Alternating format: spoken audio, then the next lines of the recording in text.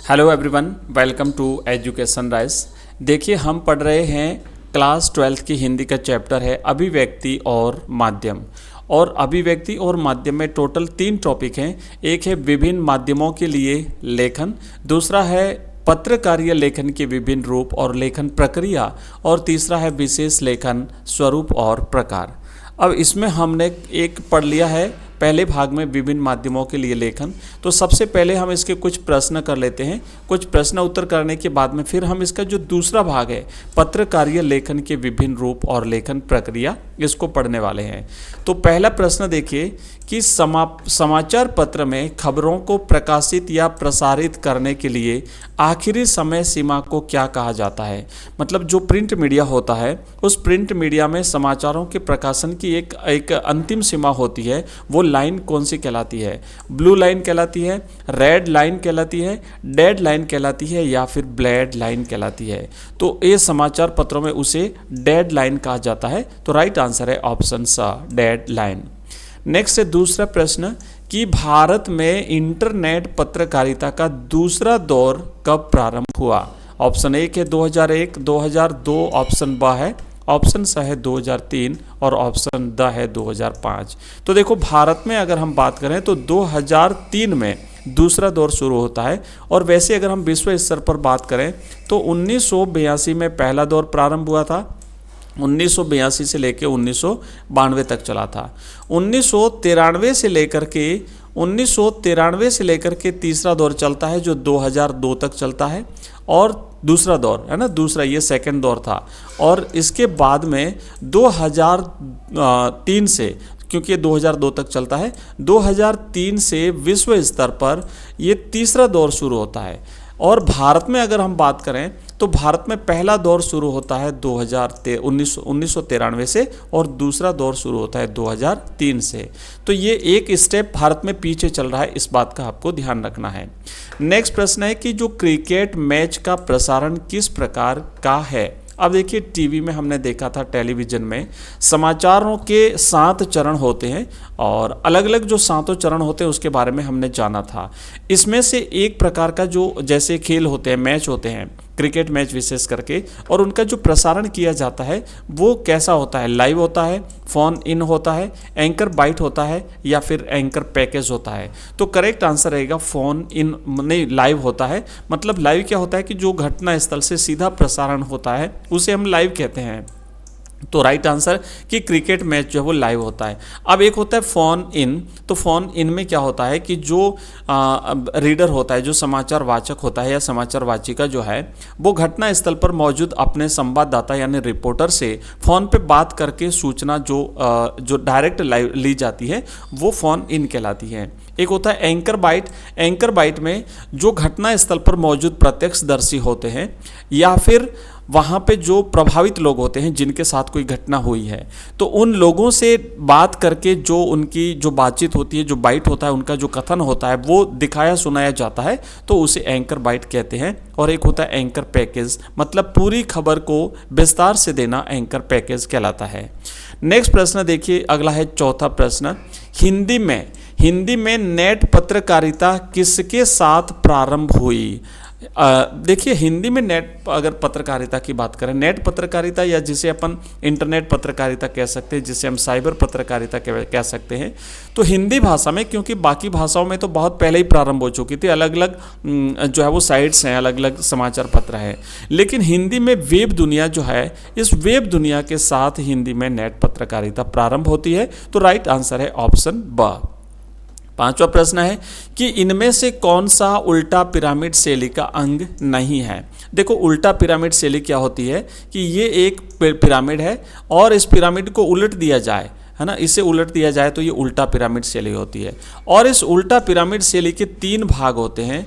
पहला भाग होता है, इसे हम इंट्रो कहते हैं, और या फिर इसे हम जो इसका मुखड़ा है, हिंदी में इसे मुखड़ा भी कहते हैं। तो ये इंट्रो होता है। इसके बाद दूसरा जो भाग होता है वो इसका मध्य भाग होता है, ये मध्य भाग है। और इसका तीसरा जो भाग होता है वो कहलाता है समापन। तो यहाँ पर ये समापन कहलाता है। तो ये 3 भाग तो होते हैं, लेकिन इसमें जो है ना मध्य भाग नहीं होता है।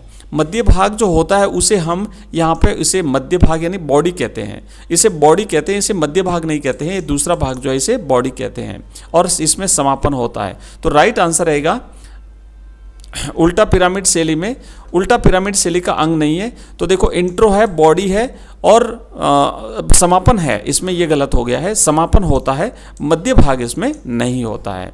नेक्स्ट प्रश्न देखिए, अगला है छठा प्रश्न कि भारत में पहला छापाखाना कब और कहाँ पे स्थापित किया गया था। तो अगर हम प्रिंटिंग की बात करें तो सबसे पहले प्रिंट की शुरुआत जो है वो छापेखाने की प्रिंटिंग की शुरुआत जो है वो चीन में हुई थी और उसके बाद पहली जो प्रिंटिंग प्रेस है, पहले छापे खाने की स्थापना जो है वो गुटेनबर्ग में हुई, जर्मनी के गुटेनबर्ग में। और भारत में अगर बात करें तो 1556 ईस्वी में गोवा में ईसाई मिशनरीज ने जो है वो एक पहली प्रिंटिंग प्रेस की स्थापना करी थी। राइट आंसर है 1556 ईस्वी।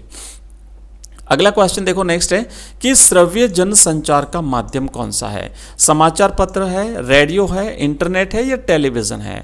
तो देखियो श्रव्य जनसंचार का माध्यम है रेडियो। समाचार पत्र जो है ना ये दृश्य में आएगा क्योंकि इसे हमें पढ़ना पड़ेगा देख करके, और इसके बाद जो है जो इंटरनेट है वो दृश्य श्रव्य दोनों में जाएगा, टेलीविजन भी श्रव्य और दृश्य दोनों में जाएगा। नेक्स्ट क्वेश्चन है 8वां। अब देखिए ये जो क्वेश्चन हमने 7 प्रश्न की हैं, अभी उसके और भी बहुत सारे क्वेश्चंस हैं, उन क्वेश्चंस को हम नेक्स्ट क्लास में लेंगे। अभी हम क्या करेंगे कि जैसे हमारे जो 3 टॉपिक हैं ये विभिन्न माध्यमों के लिए लेखन, इसमें दूसरा होता है पत्रकारीय लेखन के विभिन्न रूप और लेखन प्रक्रिया, और तीसरा जो है वो विशेष लेखन। तो अभी जो पत्रकारीय लेखन के विभिन्न रूप और लेखन प्रक्रिया है इसके बारे में हम डिटेल से जानकारी प्राप्त करेंगे। सबसे पहले देखते हैं कि पत्रकारीय लेखन होता क्या है, पत्रकारीय लेखन किसे कहते हैं।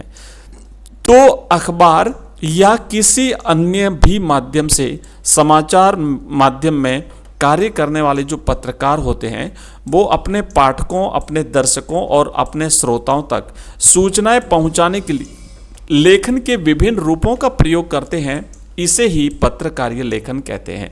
मतलब क्या होता है कि भाई बहुत सारे लोगों तक, बहुत सारे पाठकों तक, बहुत सारे दर्शकों तक, बहुत सारे श्रोताओं तक जो सूचनाएं होती है वो सूचनाएं पहुंचाने के लिए जिन विभिन्न माध्यमों का प्रयोग किया जाता है, जैसे रेडियो के माध्यम से, जैसे अखबार के माध्यम से, जैसे टेलीविजन के माध्यम से, जैसे इंटरनेट के माध्यम से, तो विभिन्न माध्यमों का जो प्रयोग किया जाता है इसी को ही हम पत्रकारीय लेखन कहते हैं। और अब ये जो बात करते हैं कि भाई जो पत्रकार होते हैं है ना, जो इन पत्रकारीय लेखनों के लिए काम करते हैं ये कितने प्रकार के होते हैं। तो पत्रकार 3 प्रकार के होते हैं। सबसे पहला जो पत्रकार होता है वो होता है पूर्णकालिक पत्रकार। अब देखो नाम से ही स्पष्ट है, पूर्णकालिक मतलब अपने जीवन का एक जो निर्धारित अवधि जो होती है वहां तक ये लोग काम करेंगे और इनको नियमित वेतन दिया जाएगा। तो इसमें ये लिखेंगे कि किसी समाचार संगठन में काम करने वाला नियमित वेतनभोगी जो कर्मचारी होता है वो पूर्णकालिक पत्रकार कहलाता है। ये किसी भी समाचार संगठन के साथ जुड़ा हो सकता है और वो जो अवधि होती है उस अवधि तक उसी समाचार संगठन में एक नौकरी पेशा व्यक्ति की तरह काम करता है। दूसरा होता है अंशकालिक पत्रकार। ये जो अंशकालिक पत्रकार होते हैं, अब देखिए अंशकालिक माने थोड़े समय के लिए, तो किसी समाचार संगठन के लिए निश्चित मानदेय पर कार्य करता है, कुछ समय के लिए रहता है और जब विशेष कार्य जब होता है ना तभी इन लोगों को लगाया जाता है और जब वो कार्य समाप्त हो जाता है तो फिर ये वहाँ से उन्हें जो है वो छूट जाते हैं, फिर कहीं और किसी और समाचार संगठन में काम करते हैं। और तीसरे प्रकार के जो पत्रकार होते हैं वो होते हैं फ्रीलांसर पत्रकार। ये फ्रीलांसर पत्रकार जो होते हैं ये किसी विशेष अखबार से नहीं जुड़े होते बल्कि वह भुगतान के आधार पर अलग अलग अखबारों के लिए लिखते हैं। तो ये किसी भी अखबार के लिए पैसे लेकर के, पेमेंट लेकर के ये काम करते हैं और साथ ही साथ इन सभी का जो है ना जो है वो परिचय पत्र बनता है। ये फ्रीलांसर जो है इनका भी बनता है, ऐसा नहीं कि इनका नहीं बनता, इनका भी जो है वो बनता है। अब देखिए नेक्स्ट हम देखेंगे कि समाचार लेखन जो होता है वो किस शैली में होता है। कई बार ये प्रश्न पूछा जाता है कि समाचार किस शैली में लिखा जाता है। तो आपको ध्यान देना है कि समाचार जो है ये उल्टा पिरामिड शैली में लिखा जाता है। अब ये उल्टा पिरामिड शैली जो है ये होती क्या है, इसे हम समझेंगे।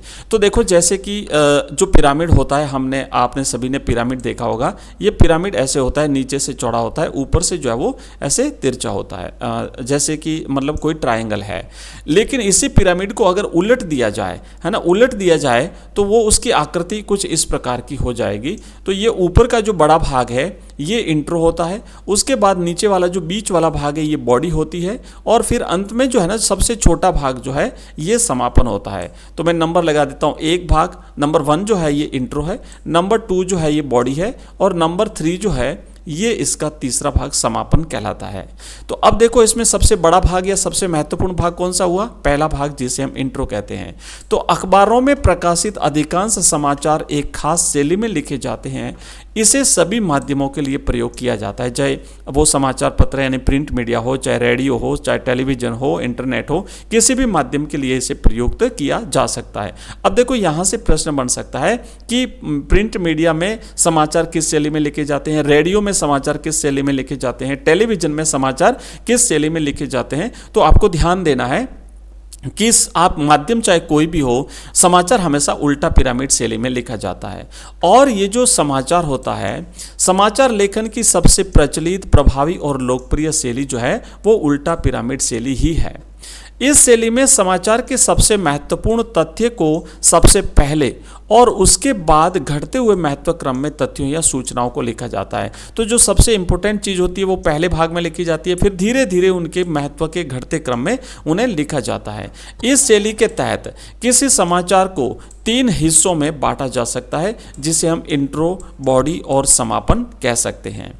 अब देखिए यहाँ पे जो इंट्रो होता है, इस इंट्रो में समाचार के मूल तत्व को शुरू की 2 या 3 पंक्तियों में बताया जाता है। ध्यान रखना इंट्रो क्या होता है, कई बार ये प्रश्न भी पूछा जा सकता है। ये इंद्री नहीं है, इंट्रो है। तो इंट्रो में क्या होता है कि जो भी समाचार होता है उस समाचार की जो महत्वपूर्ण जो 2 से 3 पंक्तियां होती है वो सबसे पहले लिखी जाती है, और यह खबर का सबसे अहम हिस्सा होता है, सबसे महत्वपूर्ण हिस्सा यही होता है, और इसे हिंदी में मुखड़ा भी कहते हैं, ध्यान रखना। उसके बाद फिर आती है बॉडी। तो बॉडी में समाचार के विस्तृत ब्यौरे को घटते हुए महत्व क्रम में लिखा जाता है। जो महत्वपूर्ण है उसे पहले और जो कम महत्व का है उसे धीरे धीरे बाद में लिखा जाता है।